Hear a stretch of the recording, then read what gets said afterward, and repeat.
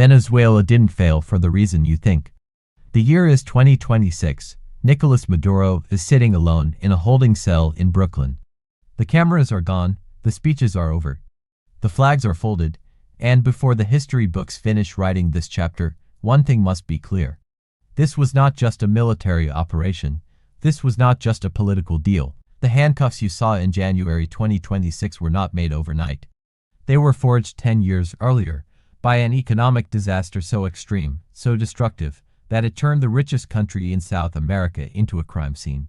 This is not the story of an arrest. This is the story of the bill coming due.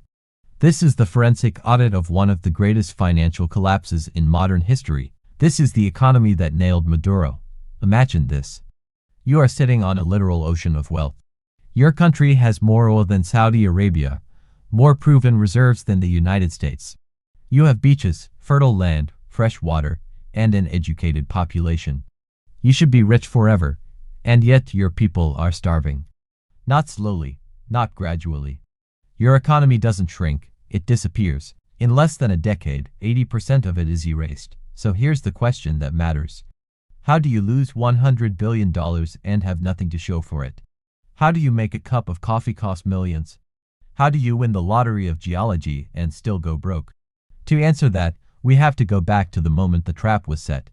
It starts with one number, 300 billion. That's the estimated number of barrels of oil buried under Venezuelan soil. The largest oil reserve on Earth. A geological jackpot so big it should have guaranteed prosperity for generations. But economics has a rule it never forgives. Oil is a jealous god. When Nicolas Maduro took power in 2013, after the death of Hugo Chavez, he didn't inherit a healthy system. He inherited a machine that was already breaking down. For years, Venezuela suffered from a classic economic disease called Dutch disease. Here's the simple version.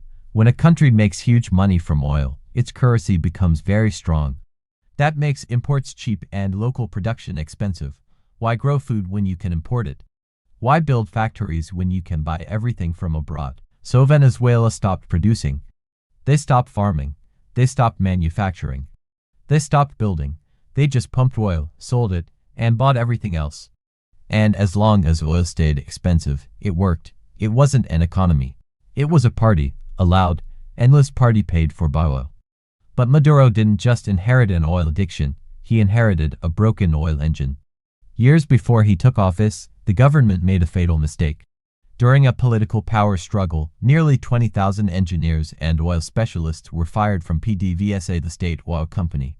Not because they were bad at their jobs, but because they went on strike. They were replaced by loyalists.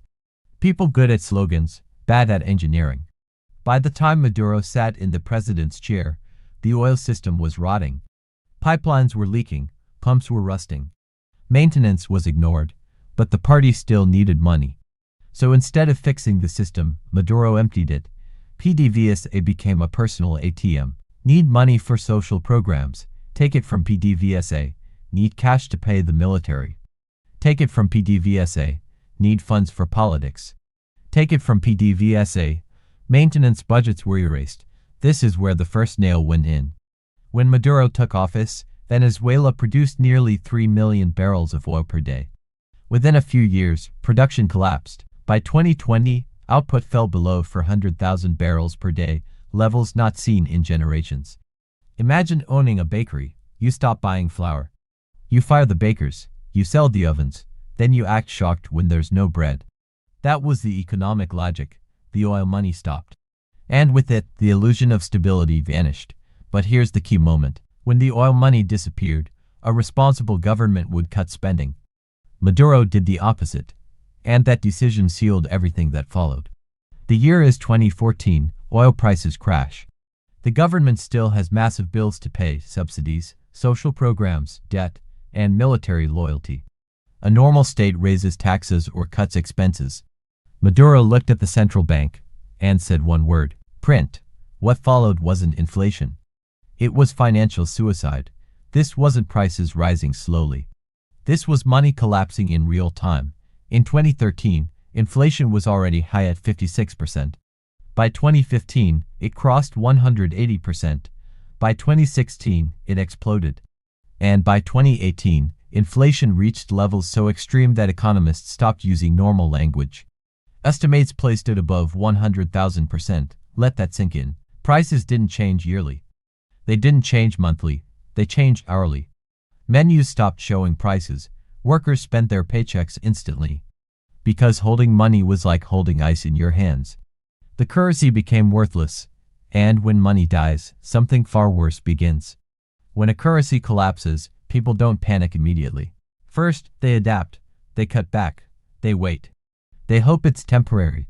But hyperinflation doesn't wait. It eats everything. Savings vanish first, then salaries, then trust.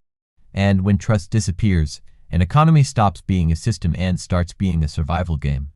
In Venezuela, that moment arrived fast. Imagine waking up, getting paid, and knowing that by sunset your money will be worth less. Not next month, not next year.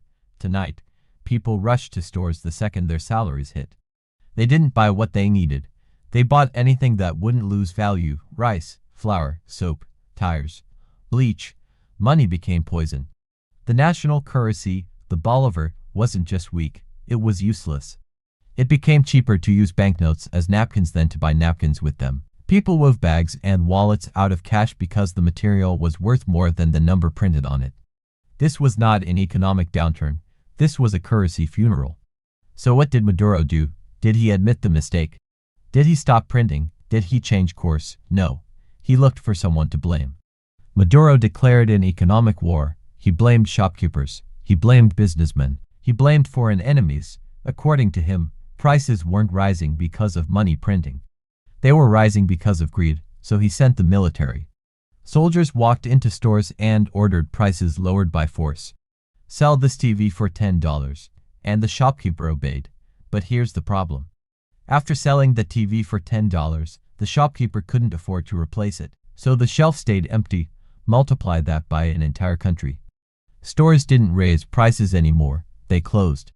This destroyed the most important signal in any economy: price. Price tells producers what to make. Price tells consumers what to buy. Price coordinates everything. Maduro crushed it. Without prices, there was no reason to produce, and without production, hunger arrived. By 2016, Venezuela wasn't just poor. It was starving. A dark joke spread across the country.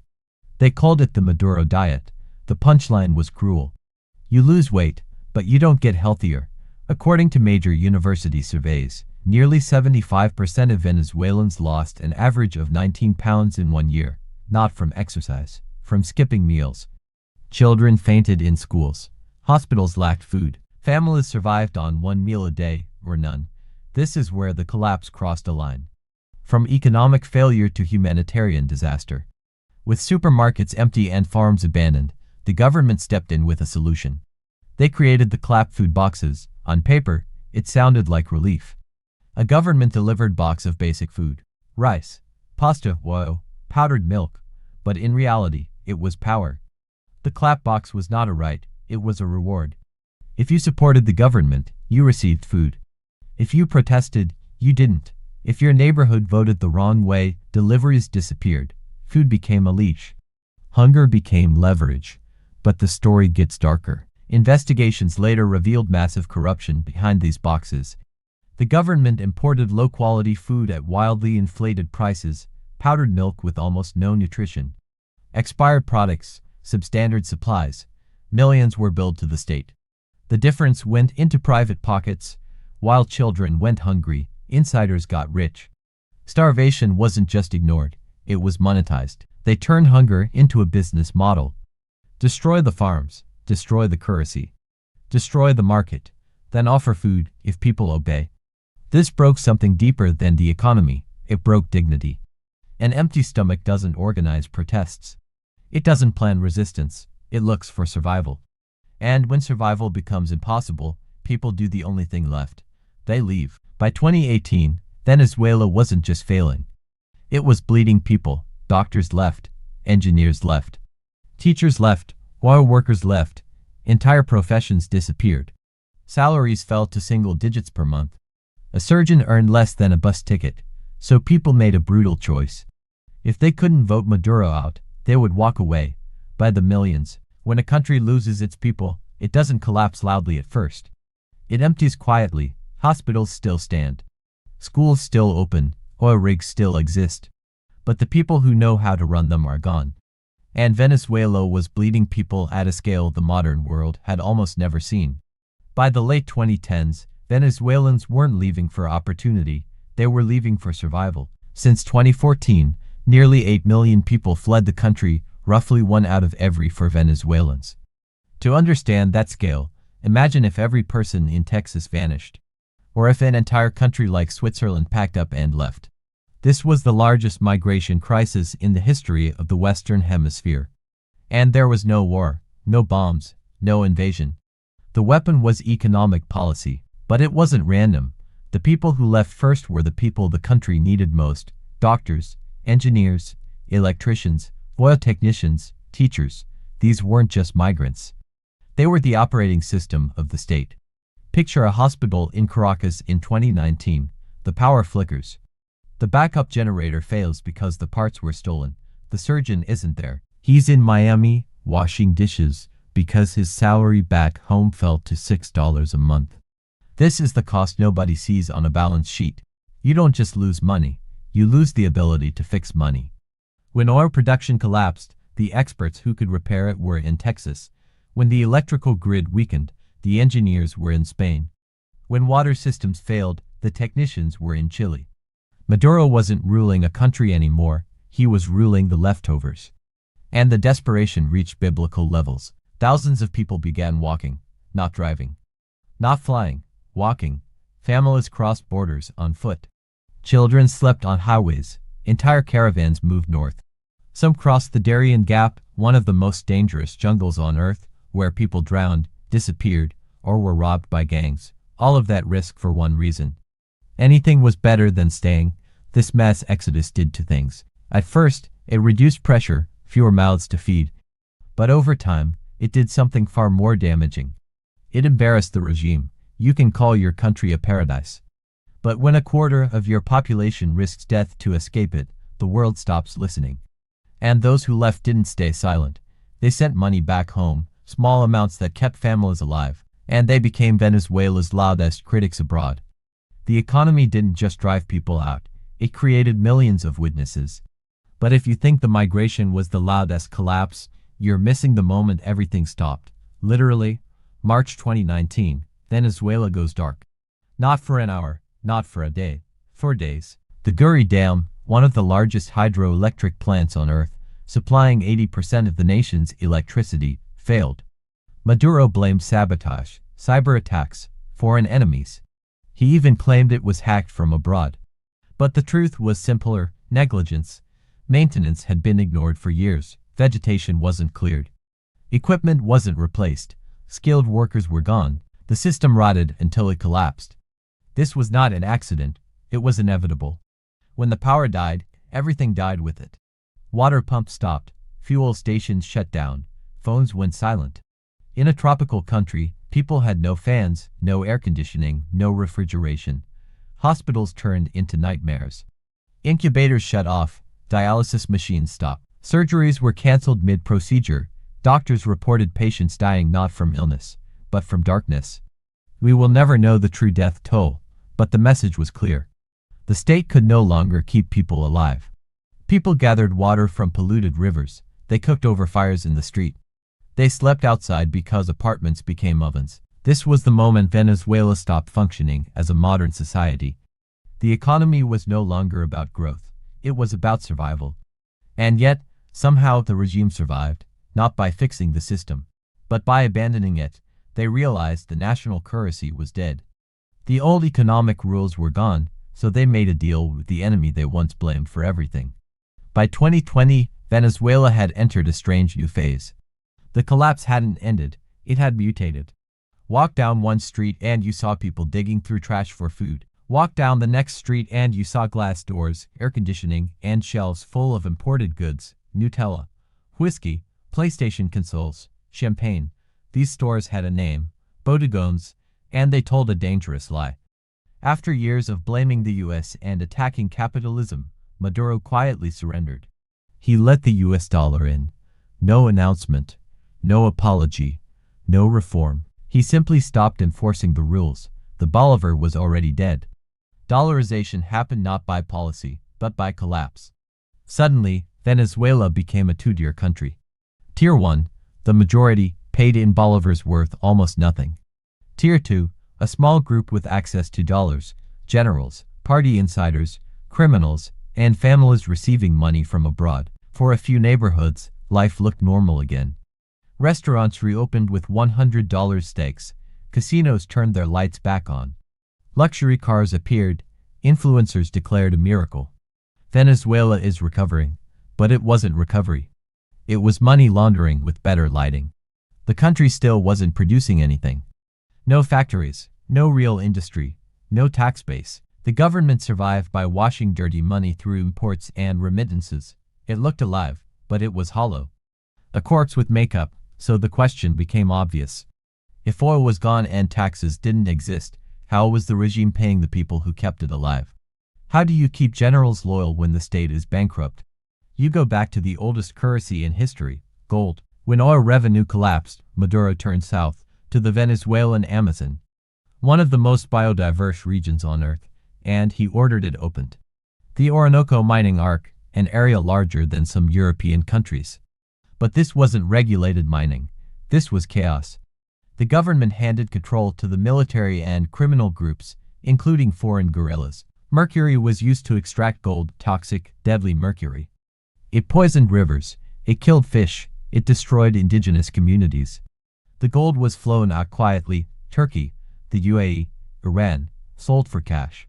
No paperwork, no oversight, just suitcases of money. By the mid-2020s, Venezuela wasn't functioning as a state. It was functioning as a criminal network. Extract whatever still has value. Oil, gold, remittances, human suffering. But even crime has limits. Eventually, you run out of places to dig, you run out of people to squeeze, and you run out of friends willing to protect you. That's when Maduro made his final, fatal mistake. By 2023 and early 2024, whispers spread. Inflation slowed, oil production ticked up slightly. Sanctions were partially eased. There was a deal on the table.